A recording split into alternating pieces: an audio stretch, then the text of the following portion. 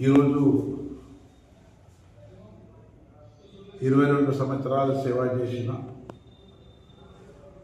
మాజీ మంత్రివర్యులు మాజీ ఎమ్మెల్యే స్వర్గీయ గడ్డెన కాక గారి మన్మరాలు, అదేవిధంగా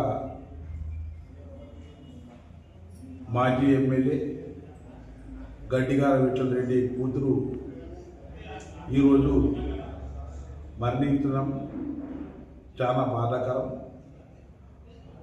ఆ కుటుంబానికి భగవంతుడిని కోరుకుంటున్నాను, సహానుభూతి మనోధైర్యం ఇవ్వాలని.